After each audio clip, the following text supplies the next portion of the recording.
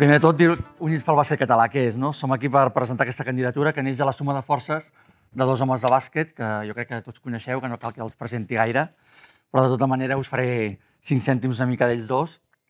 El Ferran ha estat president de la federació des del 9 de juliol de l'any 2019. Anteriorment va ser vicepresident de la federació, va ser president de la representació territorial de Lleida i és un home que coneix molt el territori, que ve de les Terres de Ponent i que porta tota la vida vinculat en l'esport de la cistella i representa una miqueta l'estabilitat i la continuïtat de la feina que s'ha fet el darrer any. I el Pere, pel seu cantó, el Pere Franci Torra, representa una mica la part més renovadora, més d'aire fresc de la candidatura. Ha estat jugador, entrenador en diversos clubs a Catalunya i sobretot ha estat molt vinculat amb un històric com és el Pineda, que va ser president durant 8 anys.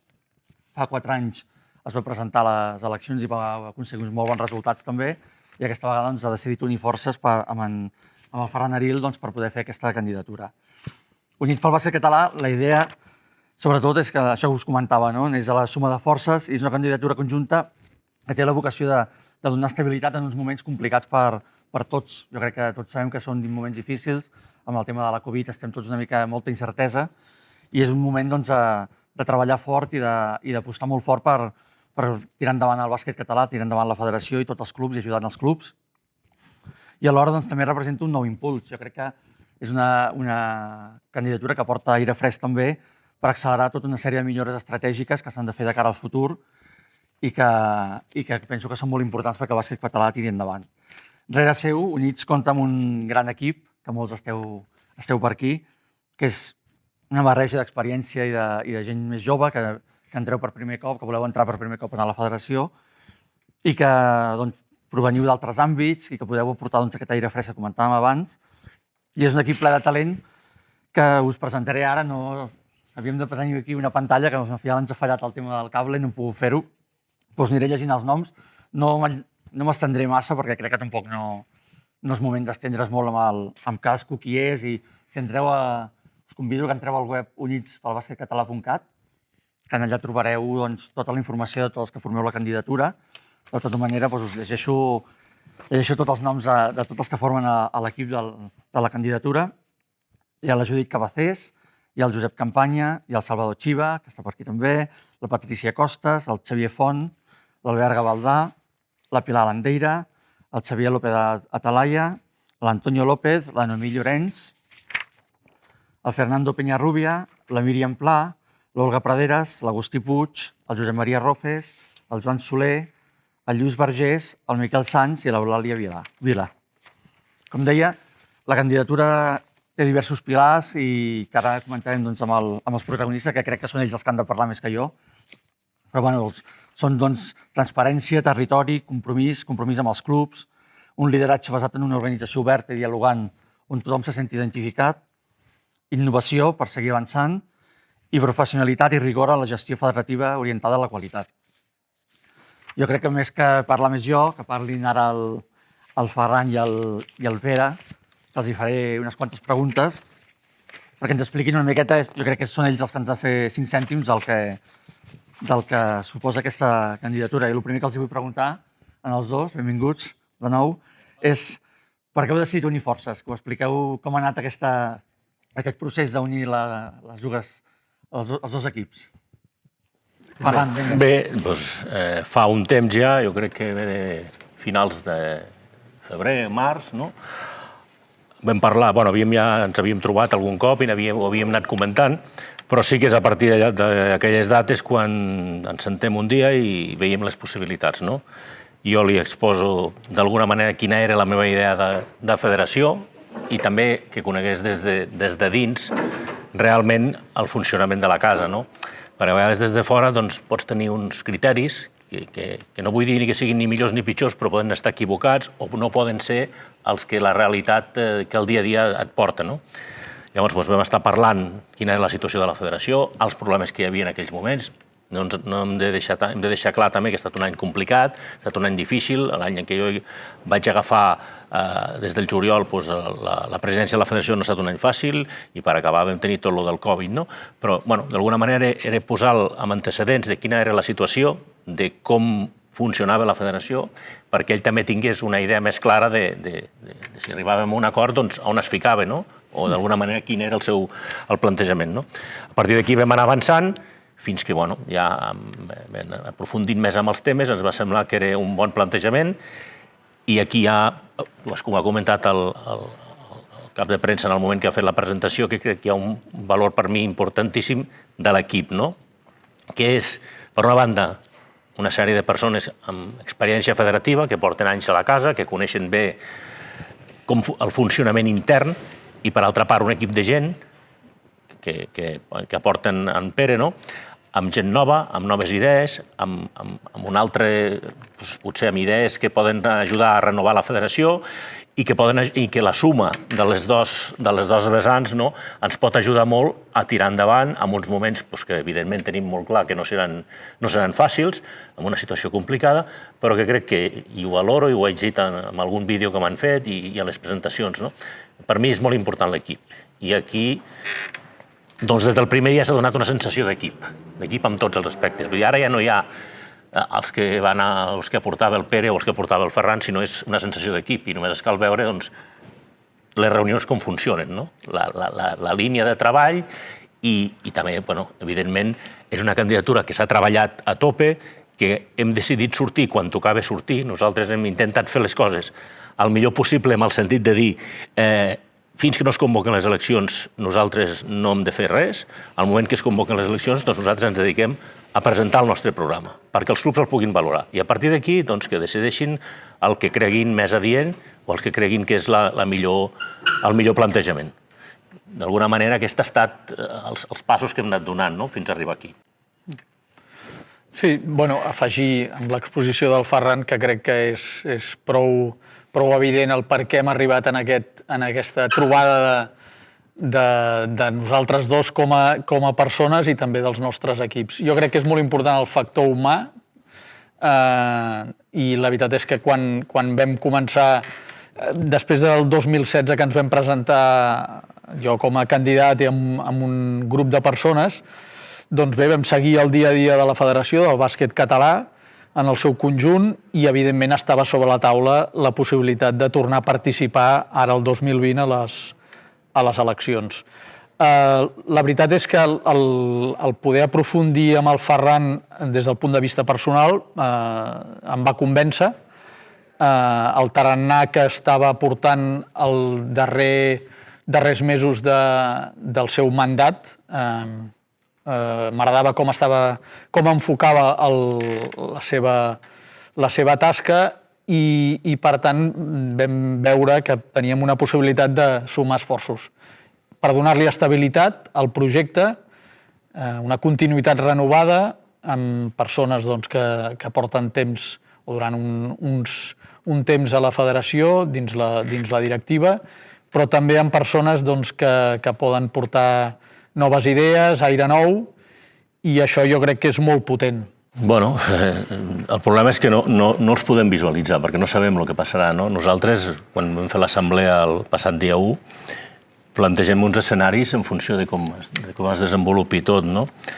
La nostra idea, si tot va normal, és que a mitjans d'octubre poguéssim iniciar les competicions, però clar, estarem una mica a lo que vagi succeint. Tenim diverses alternatives, diversos escenaris, que es pugui començar després de mitjans d'octubre, que no es pugui començar fins al gener. Clar, tot això representarà uns moviments que ara és difícil de poder plantejar.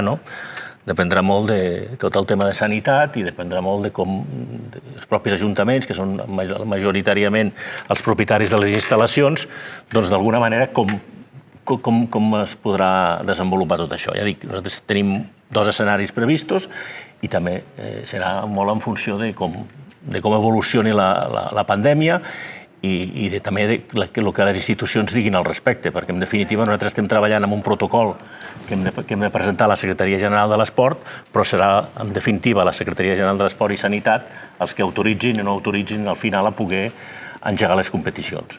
En el programa parleu de transparència, de compromís amb els clubs, de treball en equip, que ho has comentat abans. Com es traduirà una mica tot això? Com ho heu pensat?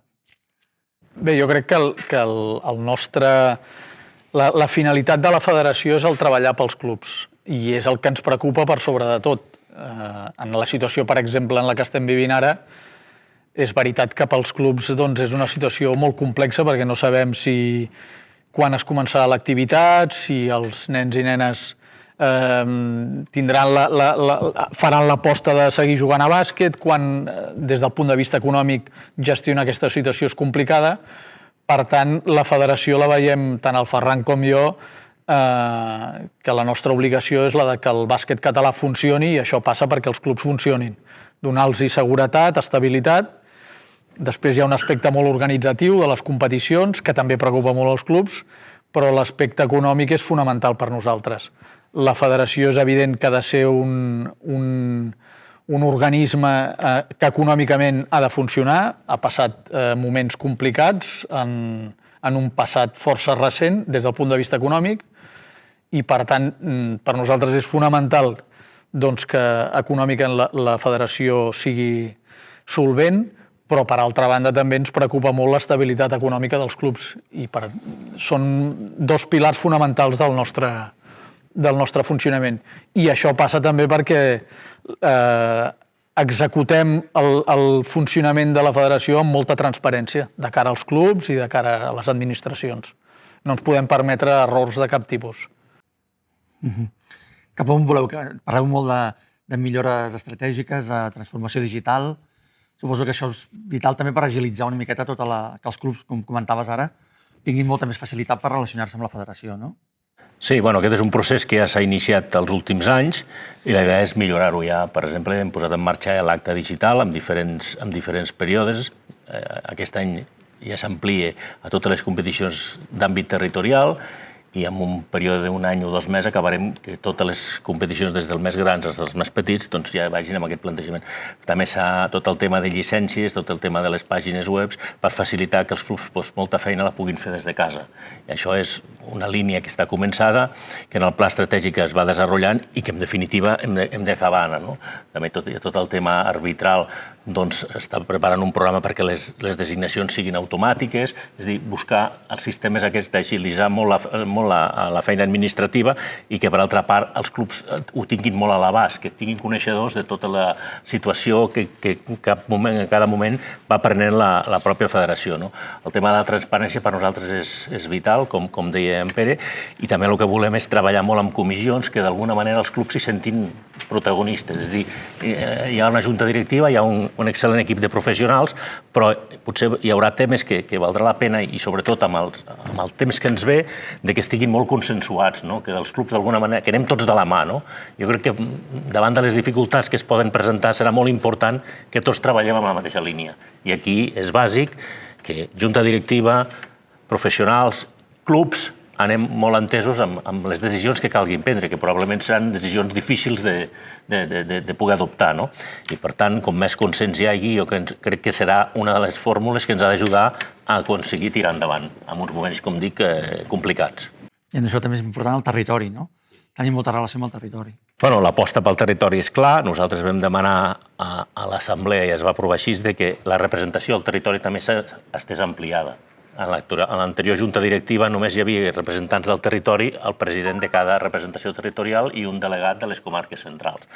La idea nostra és que estigui més reforçat i en la candidatura hi ha un representant més de cada una de les comarques, de les representacions territorials i les comarques centrals, perquè és important donar valor al territori. Catalunya té especificitats molt diferents i aleshores és important que la gent coneixi cada un el territori per arribar a potser programes específics dins de zones determinades que són més de difícil accés o menys volum d'habitants. És a dir, tot això és important tenir-ho dins del mateix paquet per poder actuar en conseqüència. No, jo volia afegir amb el tema aquest del territori que un dels motius pels quals em semblava molt atractiu la presència del Ferran com a president i la nostra unió era que la realitat és que el bàsquet no és una cosa local, és tot Catalunya, tenim 75.000 llicències, això és un capital humà molt divers de tot el territori i per tant jo també entenia que el fet que ell ha sigut president de la territorial de Lleida durant molts anys entén una altra una realitat també del bàsquet, que no és només el bàsquet central, de la Catalunya central i de Barcelona. Jo crec que això és molt important. O sigui, el bàsquet català és tot Catalunya i inclou molta diversitat de clubs i, per tant, crec que el fet de que el Ferran ve de Lleida és un factor molt important en aquest sentit. Abans hem llegit tots els noms dels equips, de l'equip, diguem-ho, perquè ho heu comentat. Què en destacaríeu vosaltres de tota la gent que us acompanya? Bueno, doncs que estem molt contents amb l'equip, d'entrada, que a més és un equip amb molta varietat. És un equip, primer, tothom de bàsquet, és molt important, tothom ha tingut o té molt que veure amb el bàsquet, punt 1, i després, a nivell professional, de diferents rames, que això també ajuda molt a prendre decisions i a treballar en funció dels diferents aspectes que vulguem incidir, no? Un equip molt complet en aquest aspecte, no? Hi ha un equilibri de persones que continuen, de la Junta actual, amb persones que venen de fora. El Ferran ha dit una cosa molt interessant al començament, que diu que quan ens vam les primeres trobades, ell em volia transmetre què és la federació des de dins, i això jo ho vaig valorar molt, perquè vaig entendre que bé, com a candidat que vaig ser el 2016, és innegable que la il·lusió hi era i hi és, però també la realitat és indubtable que una casa com la federació és complexa, amb 75.000 llicències, com he dit. Per tant, vol dir que hi ha molt capital humà que has de saber gestionar, molts clubs amb moltes diversitats, i per això hem intentat fer una candidatura amb gent que pugui aportar de diferents vessants, doncs al final perquè això funcioni el millor possible. Quina visió teniu, més en general, pels 4 anys? Cap on ha d'anar el bàsquet català i la federació? Bueno, dependrà molt, jo crec que dependrà molt de la situació. En aquests moments sí que, tot i la situació que ens trobem, ens ha sorprès que aquest any hi hagi més equips inscrits que l'any passat. Sembla contradictori, no? Amb tota la situació que ens trobem, doncs hi ha més equips inscrits que la temporada passada. D'entrada és bo. D'entrada és bo perquè la situació et feia pensar en el contrari, no? Llavors, la nostra idea és, hem hagut de fer uns retocs a nivell de competició, que són retocs importants, perquè, com sabeu, a l'haver de parar la competició en el mes de març, doncs no es va produir descensos, hi va haver ascensos, vol dir que els grups, les categories han quedat molt més, hi ha molt més equips, i això en un parell d'anys ho haurem de reconduir per tornar a una situació inicial o la situació que hi havia abans de tot el tema del Covid, no? I això també ens portarà potser a modificar algunes estructures de competicions, però clar, avançar-nos ara amb tots aquests temes ho veig una mica complicat perquè haurem de veure, anem una mica també a cavall de com evolucioni tot, no? Però la idea és, tema tecnològic, continuar endavant, tema de compromís i transparència amb els clubs, evidentment, tema d'innovació, seguir el procés que ja estem tirant endavant, i a partir d'aquí la resta haurem d'anar a veure anar veient com va evolucionant, no? Però la idea és aquesta, en definitiva. També tenim el centenari, que el 2023 és el centenari de la federació, i la Junta que surti elegida el 5 de setembre haurà de ser la que gestioni tots els actes del centenari, que un centenari no passa gaire, de tant en tant, per tant valdrà la pena també treballar amb aquesta línia, no? Que haurem de també, si hi som, i si els clubs així ho volen, doncs serà un altre punt important i que pot també donar una altra empenta, d'alguna manera, a la federació. No sé si algú vol fer alguna pregunta o teniu algun dubte o voleu preguntar alguna cosa.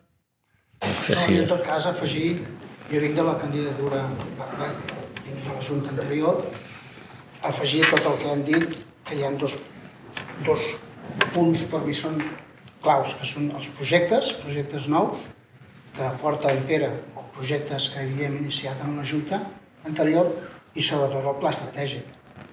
El pla estratègic que es va començar a desenvolupar en l'anterior període i que ara s'ha d'implementar. I per acabar, el que vull comentar és que jo vinc de l'anterior Junta, estic molt il·lusionat amb la potència d'aquesta Junta nova, que si, tal com deia el Ferran, tenim la sort que els clubs ens facin confiança, realment podem fer una feina extraordinària.